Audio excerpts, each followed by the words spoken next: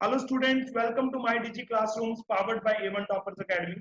तो आज हम लोग chemical reactions and equation chapter के बहुत ही इंपॉर्टेंट मल्टीपल चॉइस क्वेश्चंस करेंगे जो कि आपकी एनसीईआरटी एग्जाम्पलर बुक में से हैं।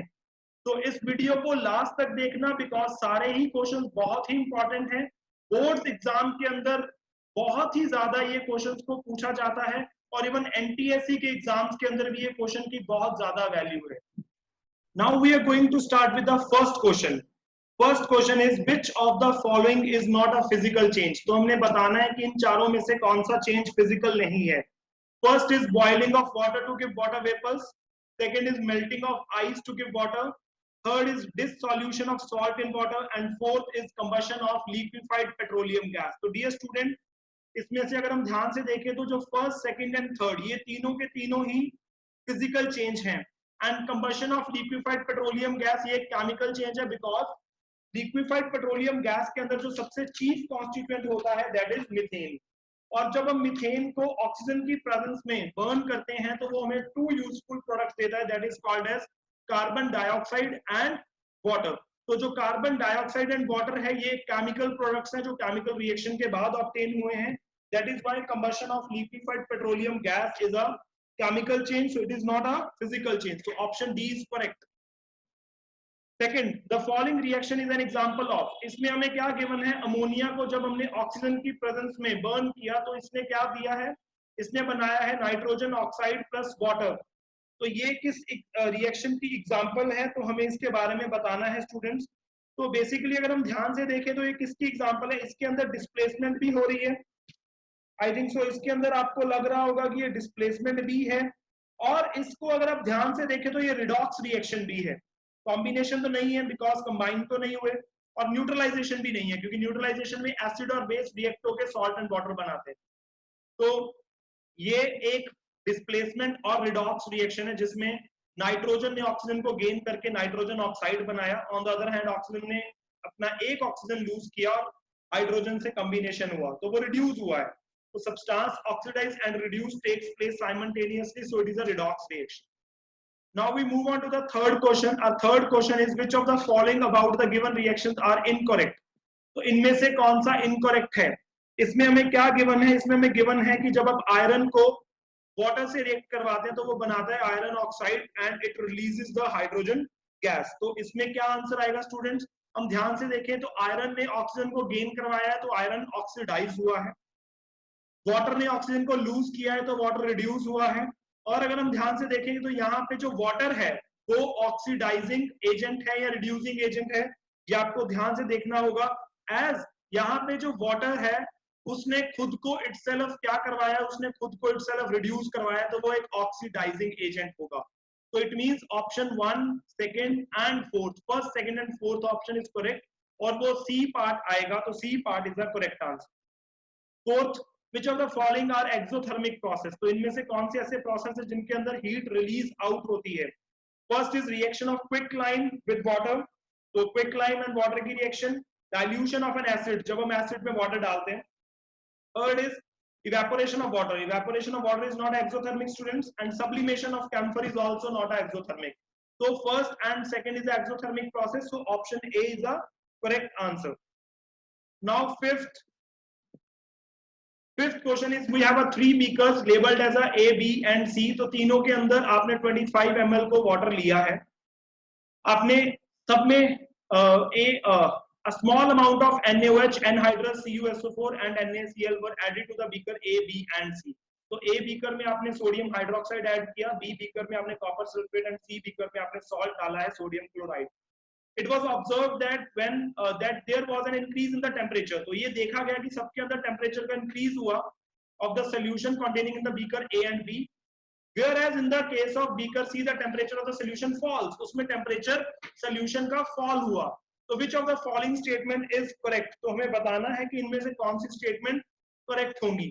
तो डियर स्टूडेंट फर्स्ट स्टेटमेंट में है कि इन beaker A and B it's exothermic process, तो हीट रिलीज आउट हुई है, इट्स वेरी क्लियर। तो ये क्लियर है, यहाँ से हमें क्लैरिटी से समझ आ रहा है कि अगर टेम्परेचर चेंज हुआ है, इंक्रीज हुआ है तो मतलब एग्जिट आउट हुआ, तो ये एक्सोथर्मिक है। Second is A and B are endo, ये तो नहीं है। Third is in beaker C it's exothermic process is occurred beaker C के अंदर एक्सोथर्मिक प्रोसेस अकर हुआ है, शायद it's wrong, I think so, आपको लग रहा होगा रॉन्ग है, तो ये रॉन्ग ही है स्टूडेंट्स। एंड अगर हम फोर्थ में देखें तो इन beaker it's endothermic, very good, it's endothermic process. तो आप लोग सोच रहे होंगे कि ये एंडोथर्मिक ही है क्योंकि टेम्परेचर फॉल हुआ है। तो option C 1 and 4 is a correct option. Question number 6 को हम देखते हैं। क्वेश्चन नंबर 6 कैसे होगा students? A dilute ferrous sulfate solution was gradually added to the beaker containing acidified acidified permanganate solution. तो आपके पास FeSO4 का सॉल्यूशन है जिसके अंदर आपने एसिडिफाइड परमैंगनेट सॉल्यूशन को ऐड किया। लाइट पर्पल कलर आपको सॉल्यूशन का जो था वो फेड होता दिखा और फाइनली वो डिसअपीयर हो गया। तो इनमें से कौन सी एक्सप्लेनेशंस करेक्ट होंगी, तो इसके बारे में आपने बताना है। तो डियर स्टूडेंट, जो पोटाशियम पर मैग्नेट, अगर हम एग्जांपल लें तो एसिडिफाइड पर मैग्नेट इज पोटाशियम पर मैग्नेट हियर। तो ये आपको ध्यान रखना है, जो एसिडिफाइड पर मैग्नेट है वो एक ऑक्सीडाइजिंग एजेंट होता है। तो it's a strong oxidizing agent. तो वो एक ऑक्सीडाइजिंग एजेंट है तो वो FeSO4 को ऑक्सीडाइज करेगा। तो option A is correct option. KMnO4 is an oxidizing agent, it oxidizes FeSO4. Seventh, which among the following is double displacement reaction? तो इनमें से कौन सी रिएक्शंस डबल डिस्प्लेसमेंट हैं?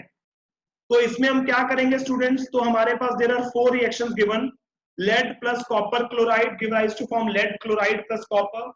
Sodium sulfate plus barium chloride give rise to form barium sulfate plus sodium chloride. Carbon plus oxygen carbon dioxide. Methane plus oxygen give rise to form carbon dioxide plus water. तो इसमें से हमें बताना है double displacement कौन सी है। तो obviously अगर आप ध्यान से देखेंगे तो यहाँ से आपको जो डबल डिस्प्लेसमेंट रिएक्शन है वो सिर्फ सेकंड वाली मिलेगी जिसके अंदर exchange of ions takes place. Sodium ने क्लोरीन से रिएक्ट किया और बेरियम ने सल्फेट से किया। 8th, which among the following statement is are true? तो इनमें से कौन सी स्टेटमेंट ट्रू है? Exposure of silver chloride to sunlight for a long duration turns grey because it is a photolytic decomposition. Students, तो ये एक फोटोलाइटिक डीकंपोजिशन है जिसके अंदर सिल्वर क्लोराइड सिल्वर और क्लोरीन गैस के अंदर डीकंपोज होता है। तो it is a photolytic decomposition. तो इसके हम आंसर क्या देंगे? The formation of silver by the decomposition of silver chloride. A option is correct. Question number 9, sodium calcium oxide reacts vigorously. Vigorously का मतलब बहुत strongly. React with water to form calcium hydroxide by liberation of heat. तो sodium solid calcium oxide ने water से react किया, CaO ने water से H2O से रिएक्ट किया तो क्या बनाया? कैल्शियम हाइड्रोक्साइड, एंड हमें हीट मिली है। तो ये प्रोसेस को हम स्लेकिंग ऑफ लाइम भी बोलते हैं। तो कैल्शियम हाइड्रोक्साइड को जब हम डिसॉल्व करेंगे वाटर में तो ये क्या करेगा? ये एक सोल्यूशन बनाएगा जिसको हम बोलते हैं lime water. Which among the following is true about the slaking of lime and the solution form? तो इसमें से कौन सा ट्रू होगा? तो डियर स्टूडेंट, जो स्लेकिंग ऑफ लाइम है वो एक एक्सोथर्मिक प्रोसेस है। लाइम जिसका फॉर्मूला होता है CaO, जब वो वाटर से रिएक्ट करती है तो वो क्या बनाती है? It form slaked lime, that is CaOH whole twice. तो since it is a base, so वो क्या करेगा? वो एक बेसिक नेचर में होगा जिसका pH 7 से ग्रेटर होगा। तो यहाँ पे आप अगर देखेंगे तो आपका क्या आंसर आएगा? इसमें आपका ऑप्शन बी करेक्ट होगा, सेकंड एंड थर्ड। ये एक एक्सोथर्मिक प्रोसेस भी होगा और इसका जो pH है वो 7 से ग्रेटर भी होगा क्योंकि ये बेस है।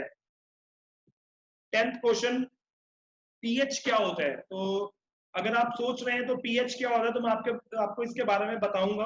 तो डियर स्टूडेंट, pH का मतलब होता है it is a way to check whether the substance is acidic और बेसिक और neutral.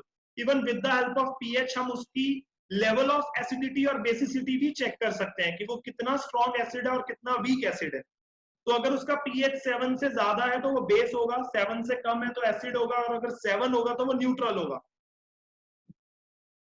10th question, barium chloride on reaction with ammonium sulfate, it forms barium sulfate and ammonium chloride. Which of the following statement represent the type of reactions involved? तो यहाँ पे हमें क्या given है? Barium chloride को जब हमने react किया अमोनियम सल्फेट से तो बेरियम क्लोराइड का फॉर्मूला होता है BaCl2, अमोनियम सल्फेट का NH4 होल ट्वाइस NH4। तो जब हम रिएक्ट करेंगे स्टूडेंट, ये प्रेसिपिटेशन रिएक्शन होगी, BaSO4 बनेगा, बेरियम सल्फेट जो व्हाइट कलर के कर्डी व्हाइट कलर के प्रेसिपिटेट्स होते हैं, और साथ में ये अमोनियम क्लोराइड बनाएंगे। तो ये एक प्रेसिपिटेशन रिएक्शन है, इसको हम डबल डिस्प्लेसमेंट रिएक्शन भी बोल सकते हैं। तो second and fourth is a correct. तो बेसिकली यहाँ से डी ऑप्शन आपका करेक्ट वाला बनेगा।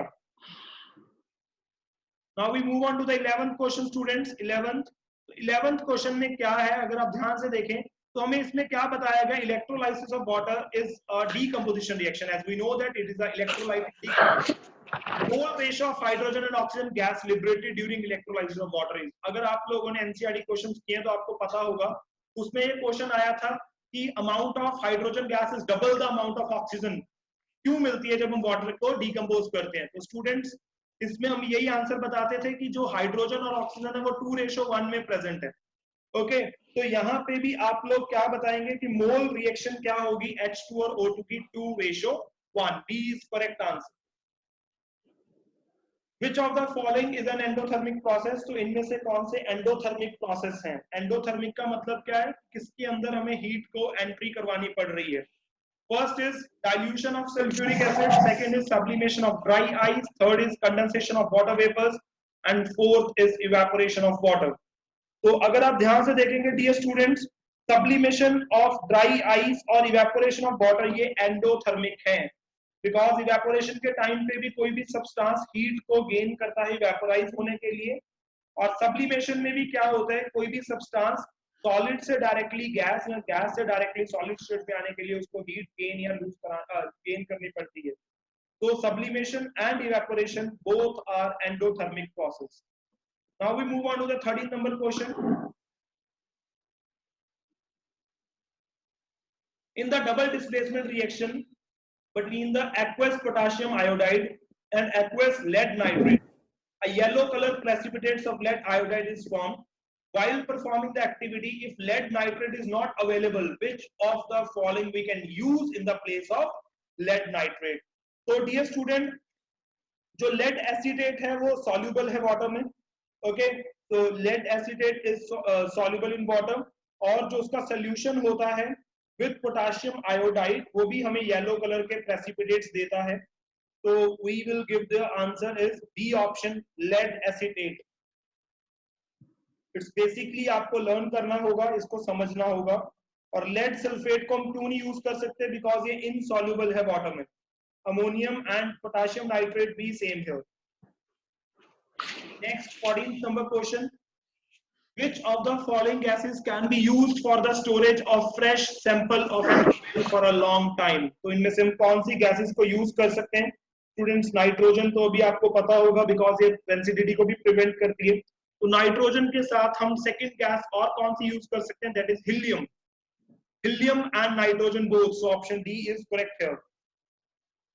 15th number question, the following reaction is used for the preparation of oxygen gas in the laboratory. 2KClO3 potassium, यहाँ पे हमारे पास 2KClO3 है जिसको हमें रिएक्ट करवाना है, पोटेशियम डाइक्लोरेट इसको हम बोलते हैं। तो इसको हमने रिएक्ट हीट किया in the presence of catalyst. Catalyst क्या होते हैं, वो सब्सटेंस जो रिएक्शन की स्पीड को बढ़ाते हैं बट कुछ भी उनको चेंज नहीं होता रिएक्शन में। तो जब आप उसको हीट करेंगे तो आपको क्या देगा, potassium chloride and oxygen gas release करेगा। ओके, तो इसमें से हम कौन सी स्टेटमेंट करेक्ट होगी, तो हमें बताना होगा कि which statement is correct. As आप यहाँ पे देख रहे हैं कि एक सिंगल कंपाउंड स्प्लिट हुआ है दो कंपाउंड्स के अंदर, तो ये कौन सी रिएक्शन है, ये एक डीकंपोजिशन रिएक्शन भी है और इसमें हीट को एब्जॉर्ब किया गया, तो ये एंडोथर्मिक भी है। तो हम इसका करेक्ट आंसर क्या देंगे, correct answer is a. 16th number question, which of the following process involves a chemical reaction? तो इनमें से कौन से प्रोसेस में केमिकल रिएक्शन इन्वॉल्व है? तो first is storing of oxygen gas under pressure in a gas cylinder, second is liquefaction of air, third is keeping petrol in a china dish in an open, fourth is heating copper wire in the presence of air at high temperature.